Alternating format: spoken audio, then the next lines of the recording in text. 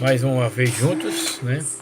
Para continuar o nosso devocional sobre aquele tema que começamos na semana passada, a necessidade do autoexame.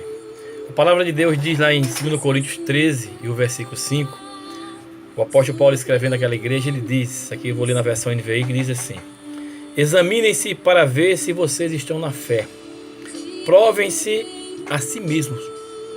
Não percebem que Cristo Jesus está em vocês? A não ser que tenham sido reprovados.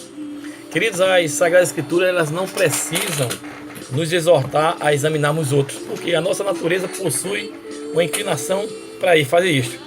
Então a natureza humana, ela demonstra uma propensão em achar erros dos outros, de modo que deixamos prontamente de encontrá-los em nós mesmos. Jesus disse em Mateus 7:1, não julguem para que vocês não sejam julgados. Ou seja, a ênfase das Escrituras está mais centralizada em examinar a nós mesmos do que os outros.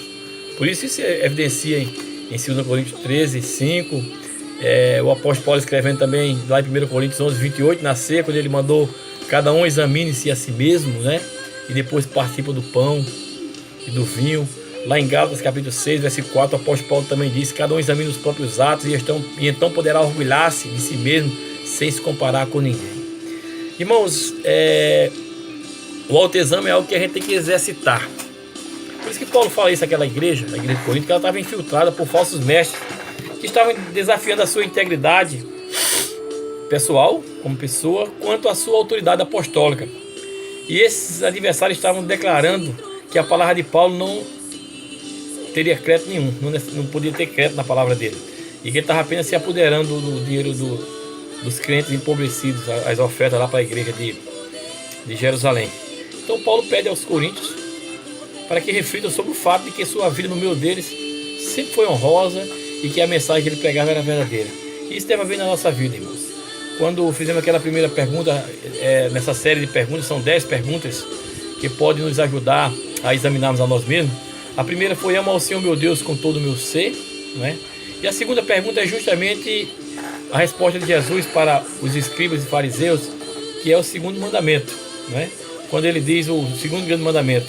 E a pergunta é a seguinte: amo verdadeiramente o meu próximo como a mim mesmo? Então, após definir o primeiro grande mandamento, Jesus continua com esse mandamento, quando ele diz lá em Mateus 22 e o versículo 39. E o segundo é semelhante a ele: ame o seu próximo como a si mesmo. John Stott, certa vez, ele escreveu uma frase interessante, eu gosto muito dessa frase dele, quando ele disse na sua citação: amor é mais serviço do que sentimento. Então o amor, ele tem que ser visto. O amor, ele pode ser tocado através das atitudes do outro, em relação a cada um de nós, em relação ao próximo. Então, ele não precisa nos exortar a amarmos a nós mesmos, de maneira nenhuma, porque nós já temos essa disposição. Paulo, escrevendo aos irmãos de Éfeso, lá no capítulo 5, versículo 29, ele disse: além do mais, ninguém jamais odiou seu próprio corpo, antes o alimenta e dele cuida, como Cristo também faz com a igreja. Então, queridos, nós temos uma preocupação natural, saudável com a nossa vida, que muitas das vezes nós não temos tido com o outro. Mas o Senhor vem e precisa nos exortar justamente a amarmos o nosso próximo, né? Você já imaginou? Ele nos exorta, nos chama ou ordena a amar os inimigos. Você já imaginou você dobrar os joelhos e orar por alguém que o persegue, abençoar aquele que lhe amaldiçoa, orar por aquele que está em constante perseguição e tramas contra a sua vida? Nós temos que começar por aí. Começar isso aí sem hipocrisia nenhuma. Não se travestindo de religioso, de falsa piedade, mas ter coragem de chegar diante de Deus e o Senhor abençoa aquele meu perseguidor. Tem misericórdia, Senhor, daquele meu próximo que tem me perseguido no trabalho, na universidade, na escola, no dia a dia, até na própria igreja. Deus abençoa aquela vida, transforma, liberta, enfim, colocar de acordo a situação e a necessidade.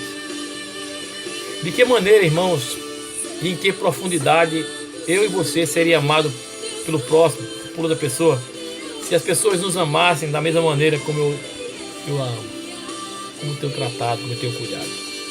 Lawrence Jack, ele disse uma certa vez: ninguém saberá o que você quer dizer quando fala que Deus é amor, se você não agir segundo o que fala.